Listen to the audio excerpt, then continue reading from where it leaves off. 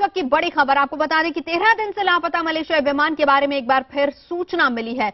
Australia के प्रधानमंत्री Tony Abbott ने दावा किया है कि उन्हें कुछ सैटेलाइट तस्वीरें मिली हैं जिससे ऐसा लगता है कि शायद विमान का मलबा मिला हो। ऑस्ट्रेलियाई प्रधानमंत्री के मुताबिक उन्हें मिली जानकारी में ये पता चला है कि समंदर में दो ऐसी चीजें मिली हैं जिससे लगता है कि ये विमान का मलबा हो सकता है या फिर विमान का कोई एक हिस्सा हो सकता है। सैटेलाइट के जरिए ये तस्वीरें मिली हैं। 13 दिन से लापता है विमान, अभी तक कोई सुराग नहीं मिल पाया है। I would like to inform the House that new and credible information has come to light in relation to the search for Malaysia Airlines flight MH370 in the southern Indian Ocean. The Australian Maritime Safety Authority has received information based on satellite imagery of objects possibly related to the search. Following specialist analysis of this satellite imagery, two possible objects related to the search have been identified. I can inform the House that a Royal Australian Air Force Orion has been diverted to attempt to locate the objects. This Orion is expected to arrive in the area at about this time. 3 more aircraft will follow this Orion. They are tasked for more intensive follow-up search. I've spoken to my Malaysian counterpart, Prime Minister Najib Razak, and informed him of these developments. I should tell the House, and we must keep this in mind, the task of locating these objects will be extremely difficult, and it may turn out that they are not related to the search for flight MH370. तो चलते सीधे CNN IBN संवाददाता सुहासिनी हैदर इस वक्त हमारे साथ मौजूद हैं। सुहासिनी, आपसे जानना चाहेंगे, ऑस्ट्रेलियाई प्रधानमंत्री जिस तरीके से जानकारी दे रहे थे, हालांकि उन्होंने पुख्ता तौर पर कुछ नहीं कहा है, लेकिन कितनी विश्वसनीय जानकारी है और क्या माना जाए कि 13 दिन बाद कोई सुराग मिला है? जी जरूर, इस बात से उनकी संजीदगी का कुछ तो पता चलता है कि उन्होंने ऑस्ट्रेलिया पार्लियामेंट में ये अनाउंसमेंट किया था कि अभी एक ओरायन उसी जगह पर गया है जहां पर उनको लगता है कुछ शायद मलेशियन एयरलाइन के का मलबा कुछ दिखा है। उन्होंने कहा कि 2 ऑब्जेक्ट्स दिखे थे, 2 चीजें दिखी थी उनके सैटेलाइट तस्वीरों पे, जिसके भरोसे पे उन्होंने वहां पर एक प्लेन अभी भेजा है और ऑस्ट्रेलिया वायुसेना के 3 और एयरक्राफ्ट अगले घंटे में वहां पर पहुंच जाएंगे। आप पिछले 24 घंटे से हमने देखा है कि जो सर्च ऑपरेशन चल रहा है इंडियन ओशन में, उसके दक्षिणी भाग पे ज्यादा वो एम्फेसिस दे रहे हैं। पिछले 24 घंटे से उनका जो सर्च एरिया था 600,000 स्क्वायर किलोमीटर्स का, उसको लगभग आधा कर दिया गया है और वो 300,000 स्क्वायर किलोमीटर्स में अब ढूंढ रहे हैं उसी प्लेन के मलबा के लिए। और जैसे आप कह रहे हैं, उन्होंने कुछ उसकी पुष्टिकरण नहीं की है कि ये जो मलबा उनको दिखा है सैटेलाइट पे वो मलेशियाई एयरलाइन से जुड़ा है। फिर भी जिस संजीदगी से उन्होंने ऑस्ट्रेलिया पार्लियामेंट में ये अनाउंसमेंट किया है और जिस संजीदगी से उनकी वायुसेना अब जुटी हुई है, उससे लगता है शायद कोई सुराग निकल जाए। बिल्कुल बिल्कुल सही कहा आपने। काफी संजीदगी से उन्होंने बकायदा पार्लियामेंट में इस बात का जिक्र किया है कि एक सुराग मिला है। हमारी संवाददाता सुहासिनी जानकारी हमें दे रही थी, लेकिन फिलहाल आपको बता दें कि 13 दिन से लापता है विमान। जानकारी अभी तक नहीं मिल पाई थी, लेकिन ऑस्ट्रेलियाई प्रधानमंत्री जिस तरीके से पार्लियामेंट में बकायदा ये बात कहते हैं, कहीं ना कहीं लगता है कि सुराग के काफी करीब है ये पूरी जांच। वैसे शक की सुई पायलटों पर भी है।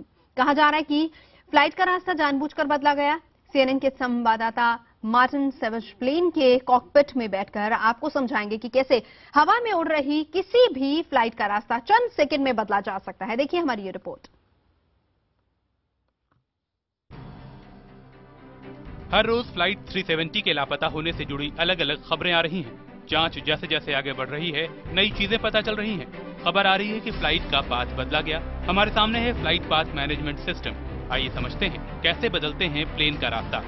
फ्लाइट पाथ मैनेजमेंट सिस्टम को जहां जाना होता है उसके मुताबिक प्रोग्राम किया जाता है और ये टेक ऑफ से पहले होता है। लापता प्लेन को कुआलालंपुर से बीजिंग जाना था। सभी तरह का कोऑर्डिनेशन जो कि विमान के पायलटों को उसे उड़ाने के लिए चाहिए, वो सब इस कंप्यूटर में मौजूद है। यहाँ अहम यह है कि फ्लाइट के दौरान भी आप प्लेन का रास्ता बदल सकते हैं। मेरे साथ हैं पायलट मिशेल कसाडो, जो कि आपको बताएंगे कि फ्लाइट का रास्ता बदलना कितना आसान है। बहुत आसान है मार्टी। आप मजेंटा रंग की ये लाइन देखिए। स्क्रीन पर दिख रही ये लाइन हमारा रूट है, ये हमारा डेस्टिनेशन है और इस त्रिकोण का कोना हमारा विमान है। फ्लाइट का रास्ता बदलने के लिए हमें सिर्फ नई जगह की लोकेशन को पंच करना है, फिर ऊपर यहाँ ओके और इंटर करना है। इसके बाद एयरक्राफ्ट पूछेगा कि क्या आप वाकई रास्ता बदलना चाहते हैं। बस हमें उसे हाँ करना है और प्लेन की दिशा बदल जाएगी। देखिए कैसे प्लेन लेफ्ट की ओर मुड़ा है।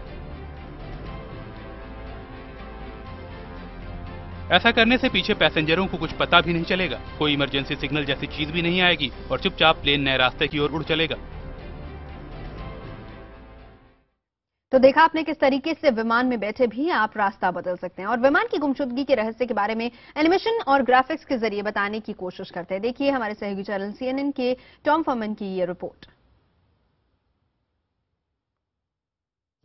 आइए जानते हैं कि उस दिन दरअसल हुआ क्या। एक हफ्ते पहले मलेशिया का ये विमान कुआलालंपुर से उड़ा, 1 घंटे से कम वक्त तक उड़ता रहा और उसके बाद अचानक वियतनाम कोस्ट के आसपास कहीं गायब हो गया।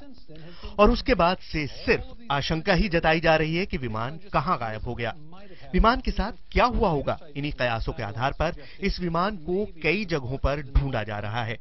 अभी हाल ही में एक और कयास सामने आया कि हो सकता है कि उत्तर या दक्षिण में एक आर्क हो जहां से विमान ने कुछ सिग्नल भेजा था, लेकिन इसने दक्षिण में कैसे लैंड किया और आखिर ये विमान कहां चला गया। अगर हम ये कहें कि इसके दक्षिण में होने की कोई संभावना है तो हाँ, वहां पर बदियाशे एयरपोर्ट और पूर्वी ऑस्ट्रेलिया या क्रिसमस आइलैंड जैसी जगहों पर इसके होने की संभावना है, लेकिन इन जगहों पर इस विमान को खास जरूरत की वजह से आसानी से उतारा नहीं जा सकता। इस विमान को लैंड करने के लिए लगभग 4000 फीट के रनवे की और टेक ऑफ के लिए 6000 फीट की जरूरत होती है। अगर इन जगहों पर विमान कहीं उतरा तो एक बार ये तो सोचा जा सकता है कि विमान छुपा दिया गया, लेकिन विमान में बैठे लोगों को छुपाना संभव नहीं लगता। कोई ना कोई तो इस बारे में बोलता या किसी को इस बारे में कुछ पता चलता। तो दक्षिणी एरिया में इसके होने की इतनी ज्यादा संभावनाएं नहीं दिख रही। तो आइए अब बात करते हैं उत्तरी एरिया की। अगर विमान उत्तर की तरफ जाता तो म्यांमार, कंबोडिया, थाईलैंड, चीन, तजाकिस्तान में उसके होने की आशंका हो सकती है। और ऐसा हो सकता है कि राष्ट्रीय सुरक्षा की वजह से ये देश कुछ नहीं बोल रहे हो, जरूर हो सकता है, लेकिन एक साथ सारे देश ऐसा भी नहीं कर सकते। ये दोनों संभावनाएं तलाशने के बाद तो बात और उलझती हुई लगती है। अब तो ऐसा लगता है जैसे विमान खुद को छिपाकर किसी दूसरे विमान के नीचे उड़ रहा हो, और जब दोनों विमान एक साथ उड़ रहे हो तो रडार पर एक ही सिग्नल मिल रहा होगा। खोजकर्ता अब इस संभावना को भी तलाश रहे हैं, पर ऐसा कोई बहुत ज्यादा एक्सपर्ट पायलट ही कर सकता है। लेकिन फिर भी ये काम बहुत मुश्किल है और रडार ऑपरेटर इसको नोटिस कर सकता है। पर जब इस तरीके की घटना हुई हो और हमें 12 दिन बाद भी कुछ पता ना चले तो ऐसी नामुमकिन संभावनाओं को भी तलाशना चाहिए।